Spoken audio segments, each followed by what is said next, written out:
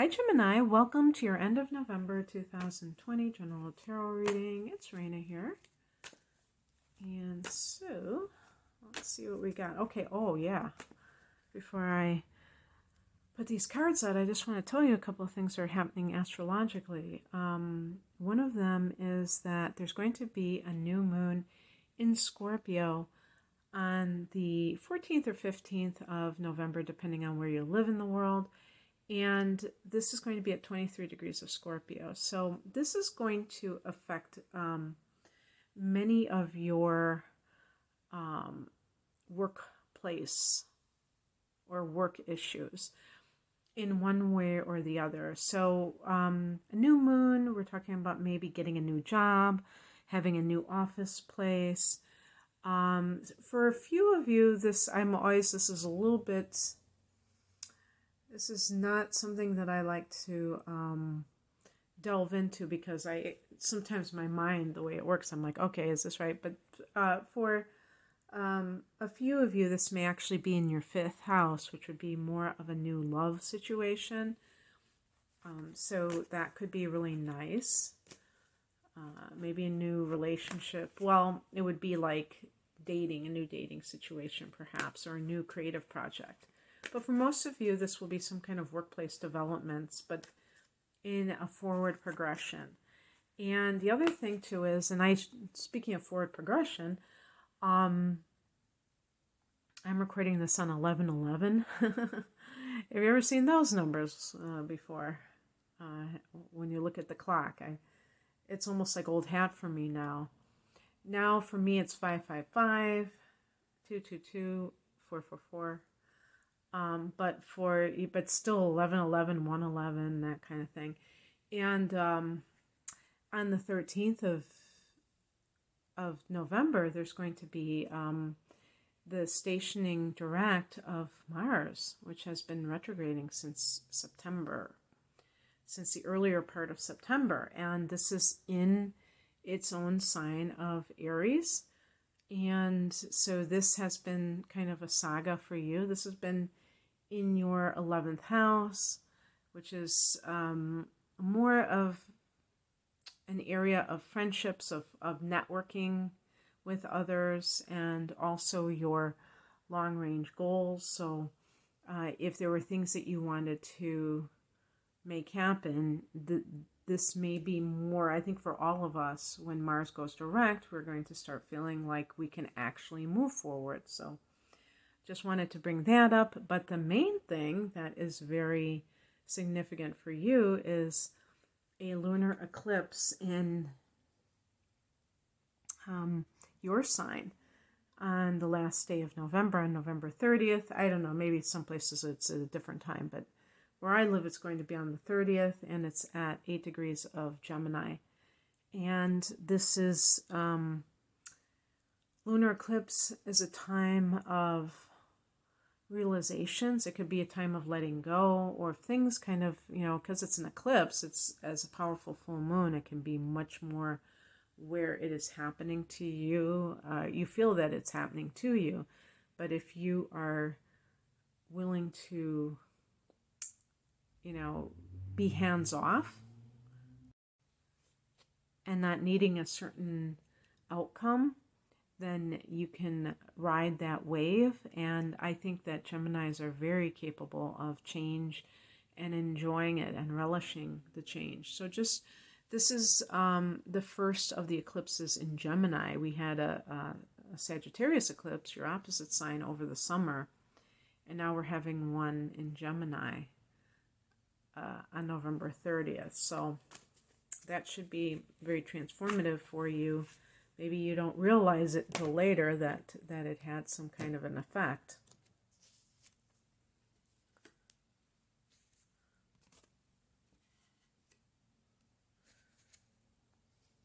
And it's interesting too, because when you have a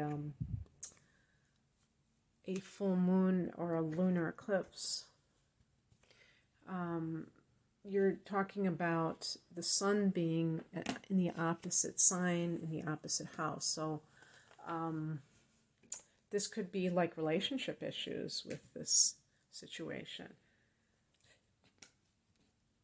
And because I saw the Justice card here, and I'm like, okay, maybe that's what's going on. The Justice card is also connected to Libra.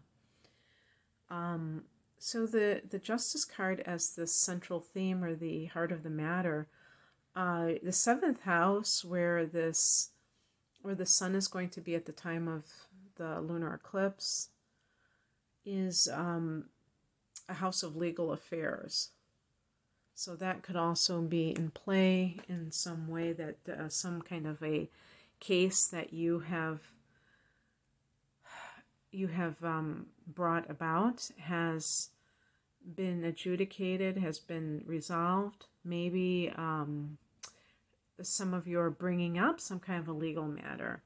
But the Justice card, and it's also connected to Libra, but this is a card about fairness. And if you feel like you have not been dealt with in a fair manner, Gemini, you may be bitter, angry, or resentful. When I look at the past position, it can indicate this is a card that can be about coworker. So maybe you found out something that made you feel like you were not being treated fairly from what your coworkers are, how they're being treated, whether it's about pay or the privileges that they have, especially now with all of the changes with working from home and, obligations in that way. You might feel like there isn't that sense of everybody being on the same page. The Three of Pentacles may even be about how much you're making. It's a card of money. It's a good card for money, and yet you may not feel like you're getting paid what you are worth, what is fair for your profession, your workplace environment. This can be a situation with coworkers that, I was going to say, if it's in your private life, it can be, maybe like there's a three-party situation. Sometimes there can be, like with the number 3, if we're talking about, personal relationships, that there's a third party involved, and you feel that is unfair. So I was going to joke and say, especially if you're a Gemini with the moon in Scorpio, for instance, because you may be someone who, if it's the real lower expression, it's about vengefulness. If it's a little bit higher, it's just like that person needs to experience their karma. It's not, I don't want to see them suffer, but there has to be justice that is done. And, cosmic justice, whatever it takes to get this settled.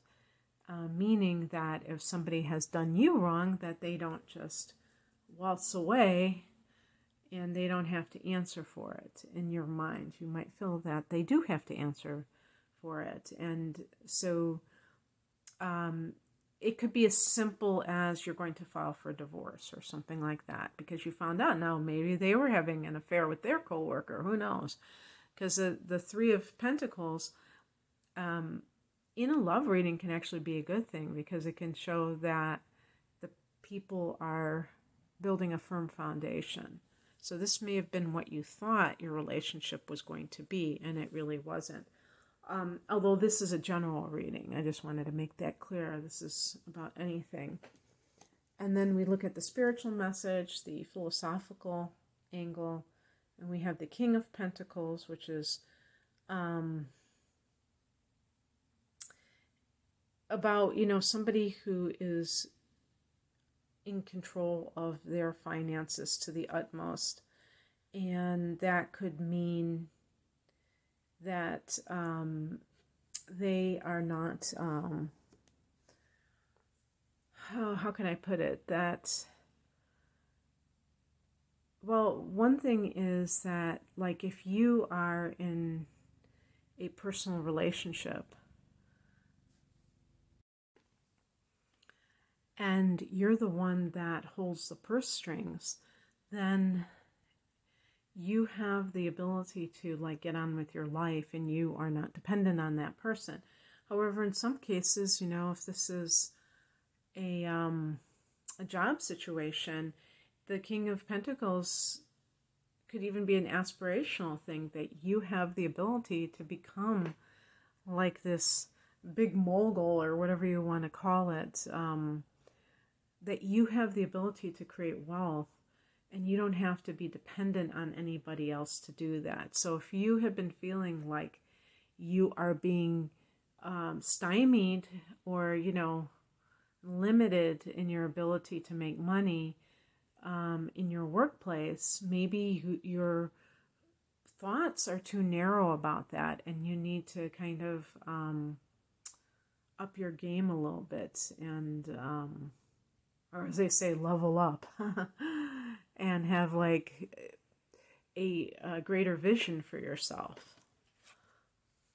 What crosses you is the Two of Swords, and this can be kind of the story of your life in a lot of ways. Isn't it funny how the Roman numeral 2 is the symbol of Gemini?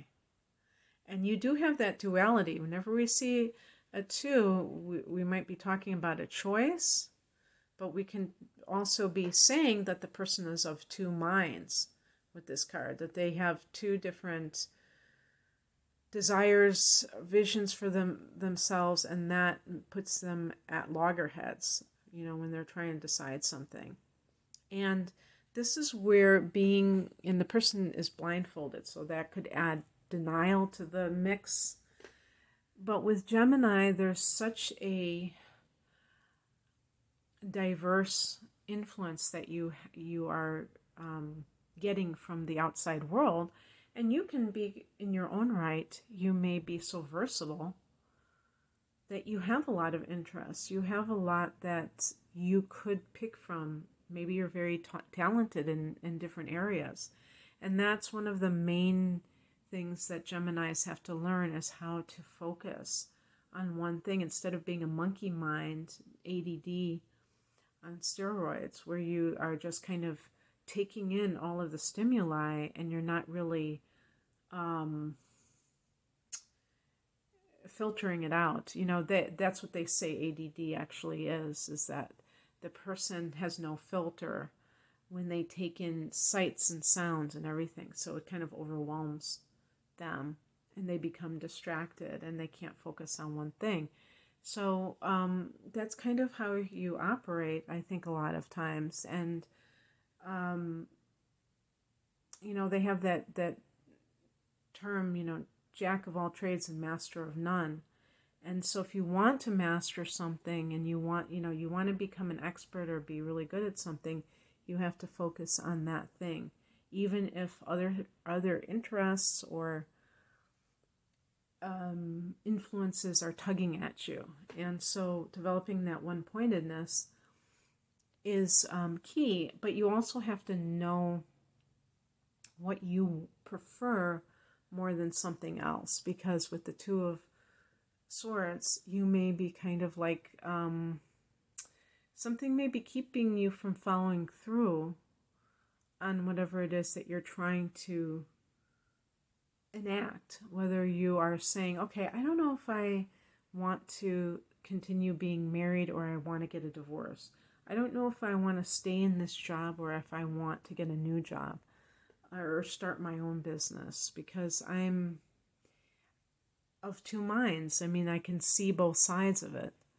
And so, and it's funny that Libra is a ruler of that Justice card, or not the ruler, but it's connected to the Justice card, because that's one of Libra's issues as well. And you're both air signs. So not overthinking things. Sometimes you have to, connect more with your gut or your intuition than your mind or your logical faculties. what's coming in is the Star card, which is a card of healing, hope, being restored about something. So if you've been kind of like upset about some development in your life, I notice like she's pouring out the water, and I'm sure somebody told me what that meant. Of course, I could look that up, I guess. But one of the things, too, is to me, it's like nourishing the earth, or allowing your emotions to do something positive rather than being just something that keeps you from enjoying life, but also thinking logically about your life. The Star card is about faith in unseen forces, so that you're not just operating in the 3D reality, but you also believe that anything can happen. Because with some of these cards, you know, the fact that I got the Justice card as a centerpiece, and the fact that it is connected to Libra, and the person's holding the sword, so there's the thoughts that are directing things. Your conscious mind, your logical mind, can very easily talk you out of things, but maybe you get a sign from somebody who has crossed over, and that makes you know that you're on the right track, that you're doing the right thing. Because all of these swords that we have here could point to, well, I said all of these swords because the other thing that I didn't mention is that the Star card is connected to Aquarius. So that could be somebody that you've been wondering about. Maybe you have been having to make a decision between two people, and an Aquarius is one of them. And perhaps this person has brought a lot of joy to your life because they, you know, they're a fellow air sign. They probably get you at a deep level. You may have intellectual rapport with this person, which is very important to a Gemini. The outcome is the Queen of Pentacles, and this is yet another Pentacles. So we have 3 in this reading, and so the money or the financial arena seems to be very important. So if you were upset about coworkers being able to work from home, this is a good card for working from home. If you're in the middle of a divorce case, you're going to probably get the home, because the Queen of Pentacles, she has to live in her castle. She can't be living in a studio apartment. So it's a good omen for money, for security, financial security, for some kind of a legal case. Maybe if this is money from an inheritance or something like that, getting it from your mother. The queen can be the mother, and so maybe that's what the Star card is that you're receiving these messages from the person who has crossed over, and you realize that this is what they wanted for you, and perhaps there were other people that had their hands in the pie, so to speak. Maybe that's what the 3 of Pentacles was all about, and it was really if you are the one that is kind of in charge of everything and you have to keep everybody in line or decide who gets what, maybe that's what your decision is with the 2 of Swords, or whether to pursue something if you feel like you have not been treated fairly in like an inheritance issue or any other kind of issue. But the Queen of Pentacles means that you prevail financially, and is really associated with the earth, and if it's motherhood, that you are, or you could just say nurturing in general, that you have the means to do what you need to do, especially from the home. So if you're working from the home, and that was something that was that you had wanted to do, then you're able to do that. Whatever that relates to, it does seem like money is coming to you in one way or the other. Okay, that's what I have for you, Gemini. I hope that you enjoyed this. And if you would like a personal reading, the link is below. My readings are on sale as of the time of this recording. You know, obviously, I can change at a moment's notice, but at least as I record this, I have them on sale. Please check it out at the link below. I'm at rainermoonastrology.com. Take care.